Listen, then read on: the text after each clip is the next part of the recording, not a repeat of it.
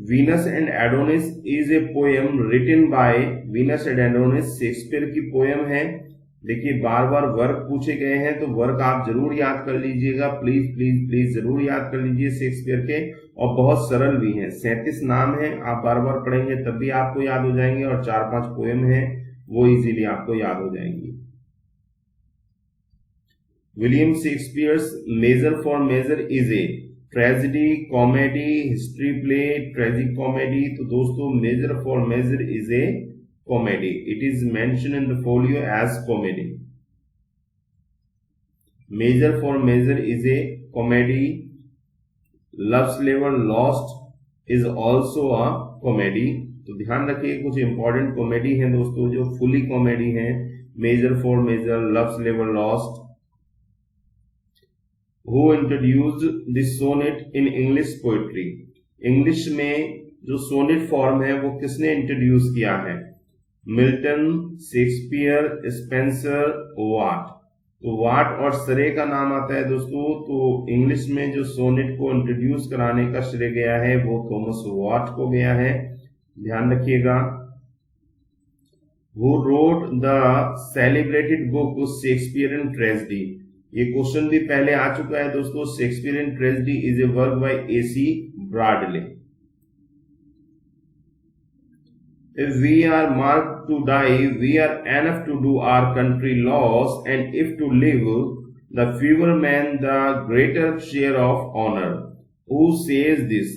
दोस्तों ऐसा क्वेश्चन अगर एग्जाम में आ गया तो दोस्तों सब गिर जाएंगे धड़ाम धड़ाम, क्योंकि कई बार कुछ ऐसे अटपटे क्वेश्चंस पूछ लिए जाते हैं एग्जाम में जहां तक कोई बच्चा पहुंच ही नहीं पाएगा, क्योंकि 37 प्ले हैं और हजारों लाइनें हैं, और कौन सी लाइन वो उठा करके एग्जाम में दे देगा वो समझ से बाहर की बात है।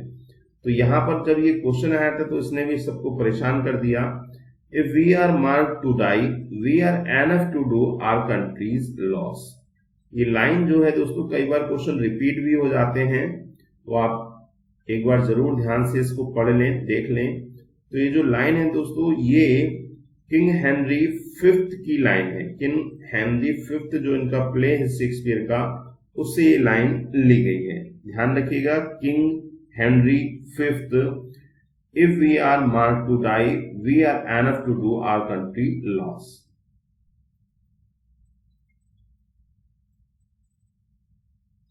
Choose the one that does not match.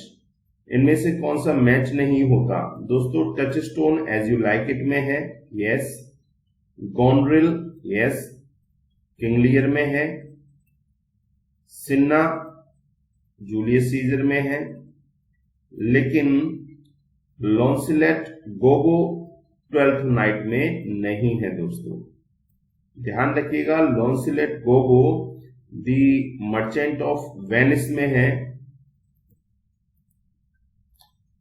लॉन्सलेट Gobbo is A player और character in the merchant of Venice. ध्यान दीजिएगा दोस्तों, मर्चेंट ऑफ वेनिस में लॉन्सलेट गोगो एक कैरेक्टर है। और थोड़ा सा और सुन लीजिए, in this play Gobbo is the servant to Shylock. ये मर्चेंट ऑफ वेनिस में सर्वेंट है साइलो का, ध्यान रखिएगा दोस्तों। ऐसे कैरेक्टर जो साइड कैरेक्टर हैं वो अक्सर शेक्सपियर के प्ले से पूछ लिए जाते हैं। मेन कैरेक्टर के अलावा साइड कैरेक्टर भी कई बार एग्जाम में पूछे गए हैं। तो Launcelot Gobbo is a character in Merchant of Venice and he is a servant of Shylock. All the word is a stage occurs in Shakespeare's. किस प्ले के अंदर ये पंक्ति आई है कि सारा संसार ही एक स्टेज के समान है और हम सब जो है प्लेयर्स हैं और हम अपना रोल प्ले कर देते हैं और उसके बाद हमारी जिंदगी खत्म हो जाती है। तो all the word is a stage 12th night में, मर्चेंट ऑफ वेनिस में, एज यू लाइक इट में, हैमलेट में। दोस्तों बिल्कुल मत भूलना, बहुत ही ज्यादा इंपॉर्टेंट है। All the word is a stage is the line और stanza from as you like it and it these words are uttered by Jack huge.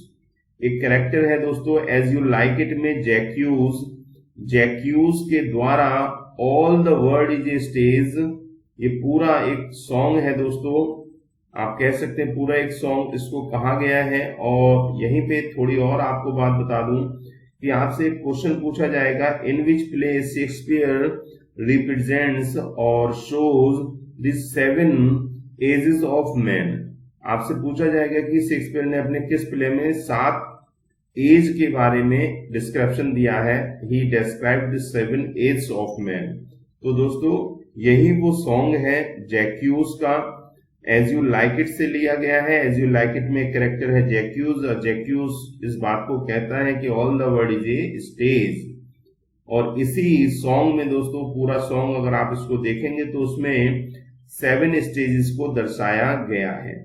तो यदि आपसे क्वेश्चन पूछा जाता है कि in which play Shakespeare describe the 7 ages of man, तब भी आंसर होगा as you like it. Sir Toby Belch is a character in Shakespeare's. Sir Toby Belch किस में आया है दोस्तों? हैमलेट में, ट्वेल्थ नाइट में, मैकबेथ में, ऑथेलो में। तो सही आंसर आपको मालूम होगा सर टॉबी बेल्च। बड़ा ही रोमांटिक कैरेक्टर आप कह सकते हैं। Sir Toby Belch is a character in twelfth night. Twelfth Night में कैरेक्टर आया है दोस्तों। देखिए बार बार आप समझिए, मैंने आपसे कहा है कैरेक्टर बहुत ही इंपॉर्टेंट है। कैरेक्टर पूछा जाएगा शेक्सपियर के प्ले से, तो कैरेक्टर आप जरूर पढ़ते रहें। पीडीएफ मैंने आपको भेजा है। इंपॉर्टेंट कैरेक्टर आप पहले पढ़ लें, फिर एक बार जो साइड कैरेक्टर्स हैं उनको आप जरूर याद करें। Which play of Shakespeare opens with the line. देखिए एक तो प्ले पूछा गया था कि if music be the food of love, ये किस प्ले की स्टार्टिंग लाइन है, तो हमने उसको बता दिया। अब यहाँ पर ऐसे ही 2 लाइनें दी हुई हैं दोस्तों, when shall we meet, we 3 meet again, the in thunder, lightning और इन रेन। क्या हम तीनों की मुलाकात एक बार पुनः कब होगी? थंडर जब बादल गड़गड़ा रहे होंगे, लाइटनिंग बिजली चमक रही होगी, और बरसात खूब जोर से वर्षा हो रही होगी। तो ये क्वेश्चन पुट अप किया गया है। These are the starting line from Macbeth. और ये विचेस की लाइन है दोस्तों, जो 3 विचेस दिखाई हैं। जैसा मैंने आपको बताया कि मैकबेथ में 3 विचेस हैं, और चौथी विच जो है वो लेडी मैकबेथ को कहा जाता है। और यहाँ पर स्टार्टिंग लाइन जो है वो यही है दोस्तों कि when shall we 3 meet again in thunder, lightning और इन रेन। तो ये जो लाइन है दोस्तों ये मैकबेथ प्ले से ली गई है। What is the literary name of the age of Shakespeare. Shakespeare की एज का लिटरेरी नेम क्या है? Victorian age, Romantic age, Elizabethan age, none of these. तो करेक्ट आंसर बहुत अच्छे से हमको मालूम है, एलिजाबेथन एज। एलिजाबेथ जो है 1558 में दोस्तों गद्दी पर आई हैं और 1603 में चली गई। तो ध्यान रखिएगा जो एज है मोस्टली शेक्सपियर की जो एज है वो 1564 से 1616 है दोस्तों।